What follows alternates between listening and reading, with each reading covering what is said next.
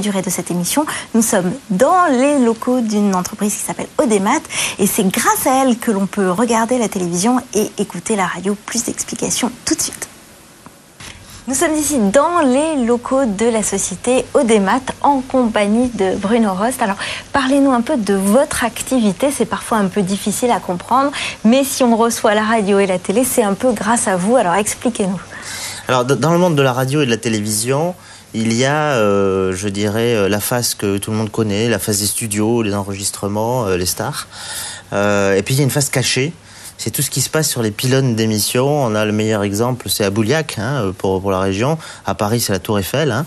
Tout le monde sait que donc on a besoin de pylônes qui sont placés sur des collines et qui permettent de faire la diffusion de la radio ou de la télévision ou de la TNT aujourd'hui. Et donc, nous sommes un fabricant d'équipements qui vont permettre de faire que cette diffusion fonctionne correctement. Voilà. Donc tous les appareils qui sont derrière, qui sont donc dans les locaux où vous avez des appareils à vous. Exactement, sur la Tour Eiffel par exemple. Voilà, donc sur la Tour Eiffel, sur le site de Bouliac, il y a plusieurs milliers de sites de ce type en France et encore plus dans le monde puisqu'on travaille pas mal à l'international. Et donc nous fabriquons des émetteurs, c'est-à-dire des appareils qui vont vraiment transporter le son ou transporter l'image sur les ondes invisibles.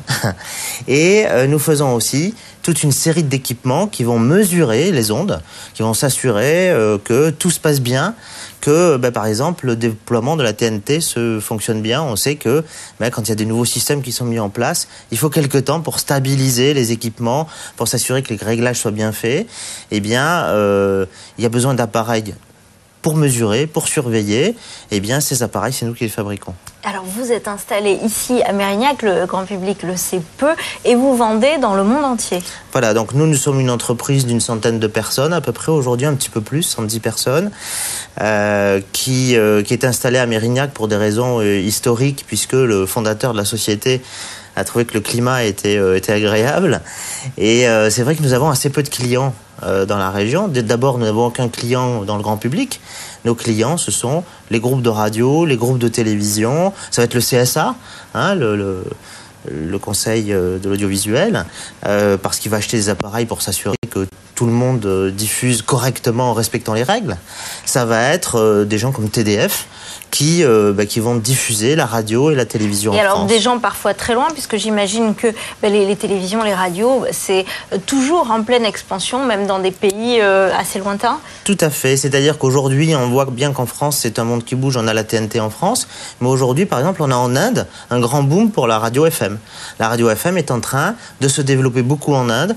Il n'y avait que des radios publiques. Il y a maintenant des radios privées en Inde depuis quelques mois. Et donc, on imagine qu'un pays aussi grand que l'Inde, c'est ces installations très importantes. Et donc, nous, on vend un petit peu partout dans le monde. On vend dans 55 pays à peu près dans le monde. On vend les locaux d'Audemat en compagnie toujours de Bruno Rost. Alors vous nous avez expliqué l'activité de votre entreprise, mais ce que l'on sait moins, c'est que vous êtes fortement impliqué dans le développement durable. Alors déjà pour commencer, à travers certains produits que vous concevez ici. Tout à fait. Alors d'abord pour reprendre le mot développement durable, pour nous c'est un mot qui a une valeur très positive.